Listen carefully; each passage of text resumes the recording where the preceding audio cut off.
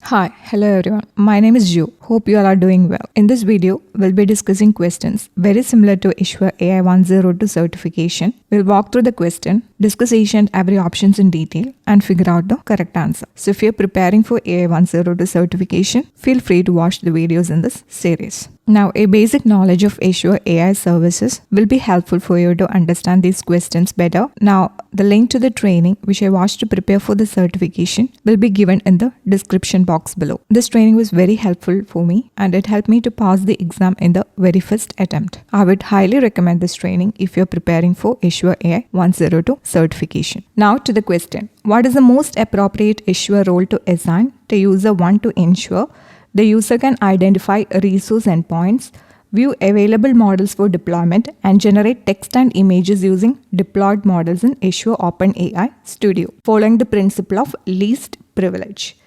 Now to the options: Cognitive Services OpenAI User, Cognitive Services Contributor, Cognitive Services Usages Reader, Cognitive Services OpenAI Contributor. Now let us break down the question. What are the keywords present in the question? So the question is about an Azure role and we have to assign the role to user 1. And what all permissions does this user need? The user need to identify resource endpoints. That's the first need. The second is view available models for deployment, and next generate text and images using the deployed models in Azure OpenAI Studio. Those are the requirements, or those are the permissions the user should have. Identify resource endpoints, view all the available models for deployment, and generate text and images. So these are the 3 permissions the user need. So which role should we assign to that user to get these 3 permissions? And the role should be of least privilege. So which role should we choose? That is the question. Now let us get into the documentation. So in this documentation, it is about role-based access control for Azure OpenAI Service. Now, Azure OpenAI Service supports Azure role-based access control and authorization system for managing individual access to Azure resources. Using RBAC, you assign different team members different levels of permission based on the needs for a given project. Now, what are the roles available? So, if we further go down, here we can see 4 roles are available. The OpenAI roles are OpenAI User, Contributor, Cognitive Services Contributor, Cognitive Services Usages Reader. And what are the permissions each of these roles has? So here, these are the permissions. So for Cognitive Services OpenAI User, it can view the resources in Azure portal, view the resources endpoint under keys and endpoint. So note the point, view the resource endpoint. So this role can view the resource endpoint. Then it has the ability to view the resource and associated model. So it can view the resource and associated model deployments in Azure AI Foundry portal. So Azure AI Foundry portal is the new name for OpenAI Studio. So both are same. So in the question it is Azure AI OpenAI Studio. So here it is AI Foundry portal. Both are same. This is the new name. So the user assigned with this role can view the resource endpoint, can view the associated model deployments, then ability to view what models are available for deployment in Azure AI Foundry portal. Again, this is one of the need in the question. It can view what models are available for deployment.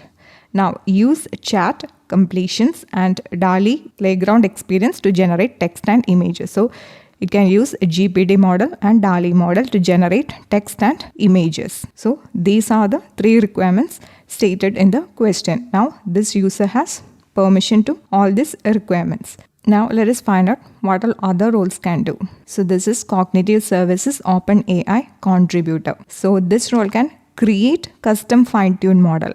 So it can create. So it is a higher role than the OpenAI user. Then it can upload datasets for fine-tuning, view, query, filtered, stored completions data, create new deployment model. So it is a higher role. We don't need this. We need the role with least privilege. So far the role most appropriate is OpenAI User. Now what about the third role? It is Cognitive Services Contributor. What all can this role do? It can create new OpenAI resource, view resources, view resource endpoint, regenerate key, ability to view what models are available for deployment in Azure AI Foundry portal, use chat, completions, daily playground experience to generate text and image.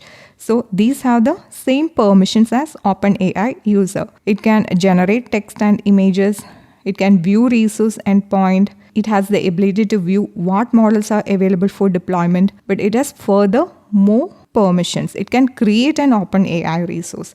That is way too much. It can create customized content filters.